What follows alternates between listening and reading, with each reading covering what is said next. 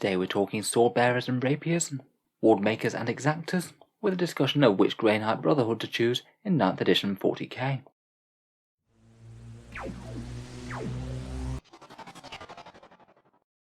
Hello and welcome back to Auspex Tactics, the strategy-focused 40k channel, where today we're talking Grey Knights, and in particular about these new Brotherhood rules, which are a new addition to Codex Grey Knights in 9th. Before now, Grey Knights never really have had sub-faction rules or anything like that. They've been kind of monolithic as their own chapter, without much incentive rules-wise to build armies in different ways, just to go with what's best for Grey Knights in general. With some of the fun rules from the new codex, you can now designate your Grey Knights as being into one of the 8 different Brotherhoods, and it just gives you some small but meaningful rules twists, an extra stratagem that your detachment can use, an extra power that any of the Brotherhood psychers can cast, quite nice that you don't have to sub it out for anything, and a warlord trait that you can choose instead of the main codex ones if you should wish to. In this video I thought we'd talk through each of the Grey Knight Brotherhoods, the little snippet of the lore that we know behind them, and focus on their options in-game and which ones I think are the strongest and why. We've got 8 Brotherhoods to talk about then, so let's jump straight into it and start with the first one, the Swordbearers. So the Swordbearers are the first of the 8 Brotherhoods. In the lore they may be the most vehicle heavy of the Grey Knight companies, really favouring armoured assaults, combined arms firepower approaches, and hovering gunships delivering deadly payloads into the heart of the enemy. I'd argue that they're certainly one of the stronger Grey Knight Brotherhoods. Their stratagem and psychic power just help them really focus down a couple of key threats each turn.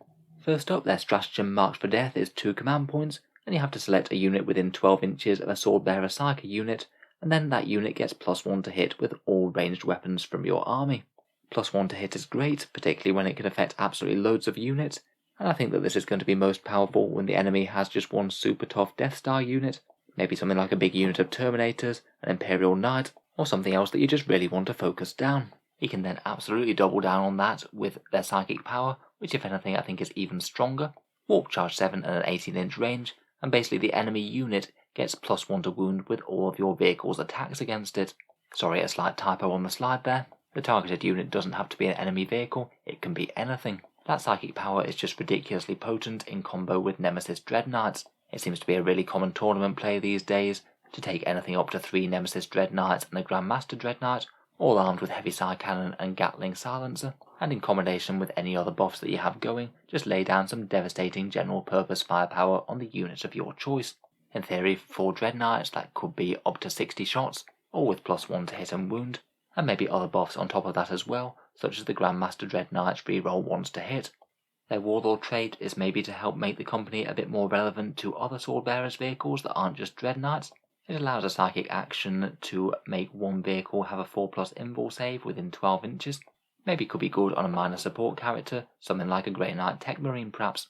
I guess the best recipients of that might be something like a Land Raider or a Storm Raven, but I'm not sure it quite overcomes that those datasheets just seem to be a bit overcosted in comparison to things like Dreadknights. Overall though, I'd certainly say that Swordbearers are one of the very strongest Grey Knight builds around.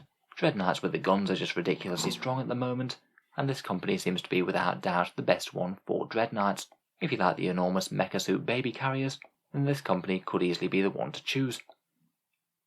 Next up we come to the Blades of Victory, the second Grey Knights Brotherhood, and their battlefield doctrine is all about extreme speed, striking to the heart of the enemy before they can react, and hopefully beheading the foe in a single devastating strike. Their stratagem for 1 command point is Radiant Strike, giving your unit mortal wound impact hits if you can roll equal or greater than the enemy's toughness. I guess might be handy if you're charging into something like Skitari, maybe with a bunch of toughness 3 bodies. Their psychic power allows them to re-roll charge rolls, could certainly be handy with certain units coming out of Deep Strike perhaps, might well be worth passing up Hammer Hand or Smite for that. And their Warlord trait is maybe the most interesting out of any of their picks, allowing them a pre-game move for the Warlord and 1 core choice that's nearby. Pre-game moves are pretty interesting things to have. You could maybe move up some interceptors into the midfield and near enough guarantee a first turn charge. I've seen a couple of competitive lists using these. I do think that they're fairly strong. Perhaps the pre-game move option is one of the more interesting bits. They certainly have some interesting things going for them. The third Grey Knights Brotherhood are the Wardmakers. A great number of the Grey Knights' most powerful psychers have originated from this Brotherhood. In particular they specialise in psychic defence and offence, crafting Aegis armour that's impossible for Chaos to permeate, and stripping away the arcane protection of their Chaos Demon foes. To represent their psychic prowess, their stratagem Masters of the Word costs 1 command point, and it basically allows you to swap out one psychic power for another in the Dominus discipline. A really handy little tool to have in the back pocket, say for example if you suddenly needed Gate of Infinity on a character that didn't have it. That could allow you to pull some really interesting movement shenanigans. Their power's also a good one, warp charge 6 and 12-inch range, and the unit that's targeted can't be affected by auras from their own army.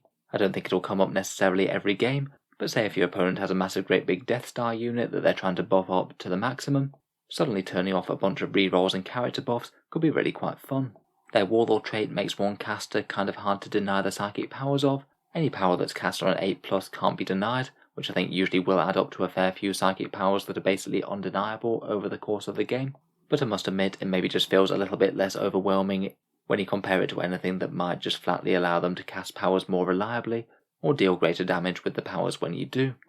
Finally, they have a couple of special characters in Grandmaster Voldus and Brother Captain Stern, the only two Grey Knight characters that are locked to a specific Brotherhood. I think Voldus is kind of interesting, basically combining the might of a Grandmaster and a Librarian in one. He's pretty fighty in melee with his Nemesis Demon Hammer, and he casts 2 psychic powers rather than the one from normal Grandmasters. Maybe Brother Captain Stern might be a little bit more niche, 10 points more than a standard Brother Captain, 4 strands of fate rerolls and an extra attack. To be honest, I'm not massively convinced that he's going to be stronger than a standard Brother Captain who's got the flexibility of picking their own Warlord traits and relics, but still certainly a fun and fluffy option. Overall, again I'd say that they're a fairly interesting Brotherhood. Their stratagem's certainly useful, so's their psychic power in the right circumstances, and I think that Voldus is an interesting character choice, though as a Grandmaster he might be competing with things like Grandmaster Nemesis Dread Knights. Moving on to the 4th Brotherhood now, and we have the Prescient Brethren.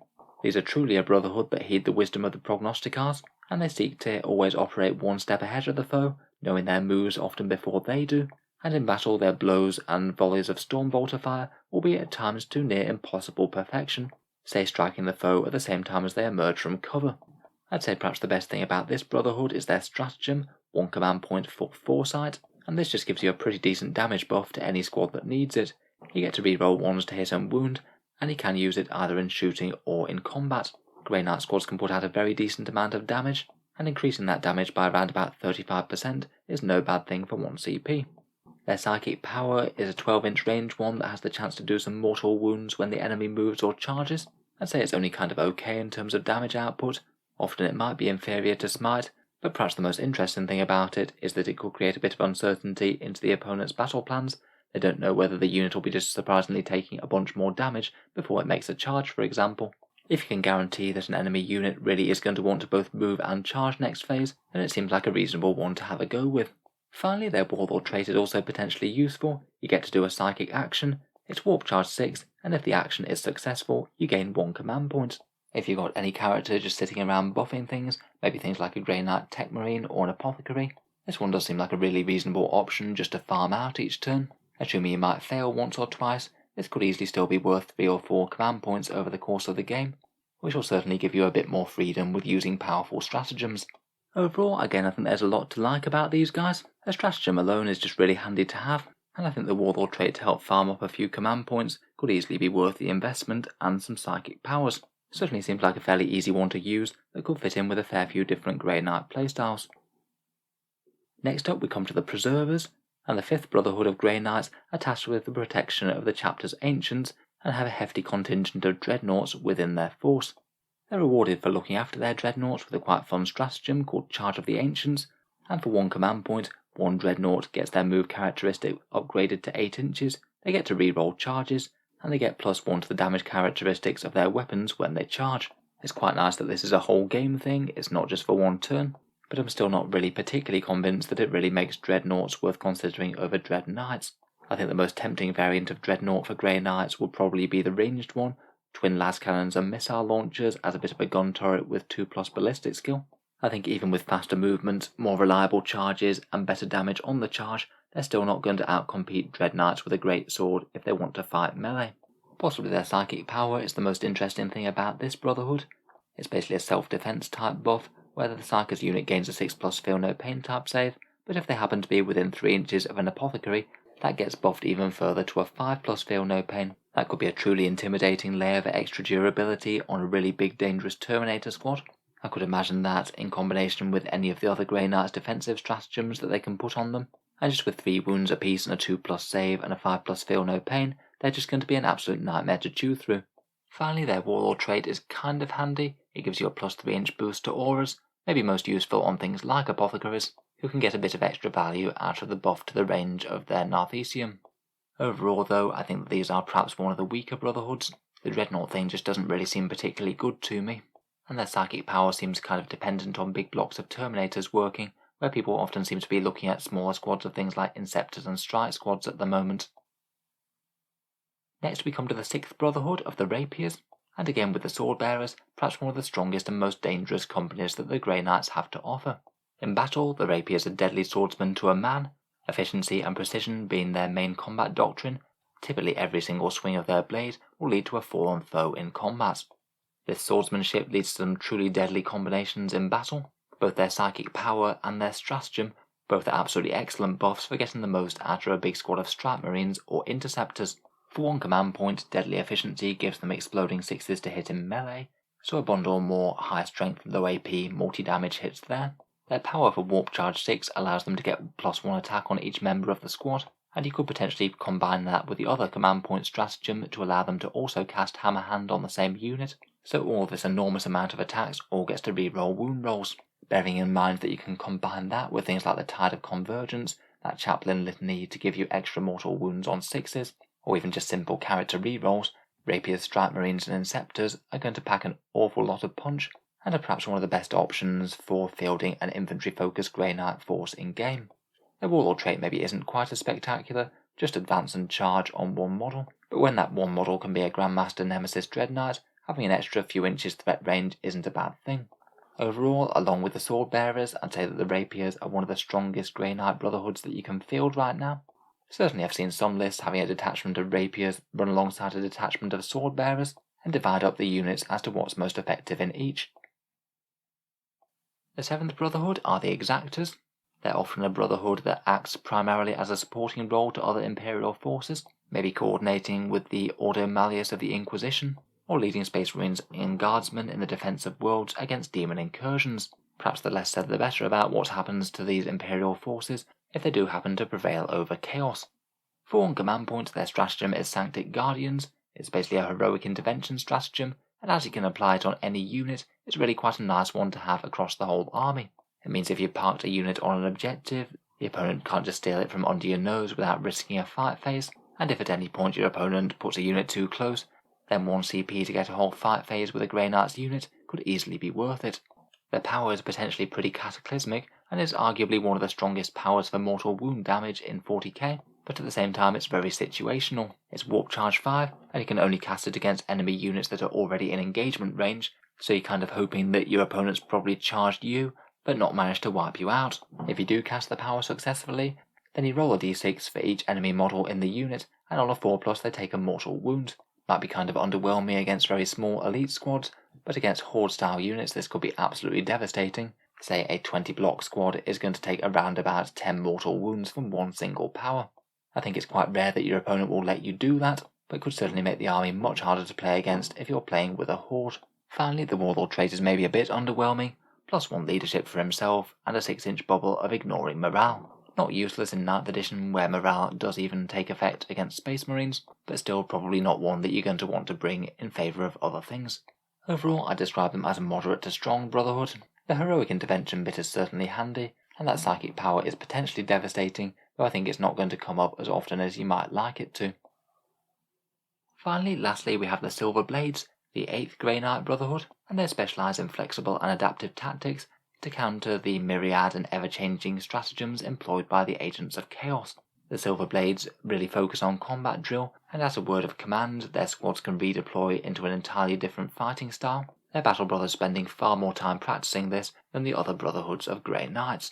In battle, this seems to manifest as the Silver Blades being really quite a good shooty Brotherhood, particularly still being able to keep up a decent amount of Stormbolter and Cybolt fire, even after tangling in close combat. Their stratagem for 1 CP is Adaptive Excoriation, which allows you to fall back and shoot for core units, and that could both be pretty handy on standard squads with Stormbolters, or maybe with Dread Knights. Their psychic power, which I think does have maybe a little bit of overlap, is Warp Charge 5, and it allows the squad's Stormbolters to become Pistol 4 for a turn, potentially giving you a serious amount of anti-infantry firepower. I guess if your squad was locked up with a really big horde, that could give you a decent boost to trying to clear them. Finally, their Warlord trait allows you to fight first and reroll hit rolls in melee. Fights first is handy, but doesn't come up as often as you might like it to. I'd argue that perhaps the reroll hits thing might be the better of the two, particularly if you're armed with a weapon such as a Nemesis Demon Hammer that gives you a -1 to hit. Overall, I'd say they're probably one of the more medium to weaker Brotherhoods. Reliable shooting certainly is useful, I just don't think it's necessarily quite as useful as flat extra damage from things like the Swordbearers or Rapiers. So there we have a brief review of each of the 8 Grey Knight Brotherhoods. I think in general they have done quite well to make them really emphasise different styles of play, though to be honest for competitive play I can see why almost everyone seems to run either Rapiers or Swordbearers. It's just kind of hard to argue with fairly decent extra damage potential that you can turn on when you really need it. As always though, I'm really looking forward to hearing your thoughts on these. Which Brotherhoods do you prefer and why? And have you had any experience playing with or against any of them in 9th yet? If you've enjoyed the video, then feel free to subscribe to Auspex Tactics, or I'll certainly keep the regular 40k videos coming. I tend to have new ones out pretty much every day. Finally, if you have been enjoying all the videos on the channel, I would just like to mention that Auspex Tactics does have a Patreon page, which you can find down in the video description below. The channel's Patreon is what allows me to keep on making videos quite this regularly, and if you are enjoying a bunch, any support is enormously appreciated.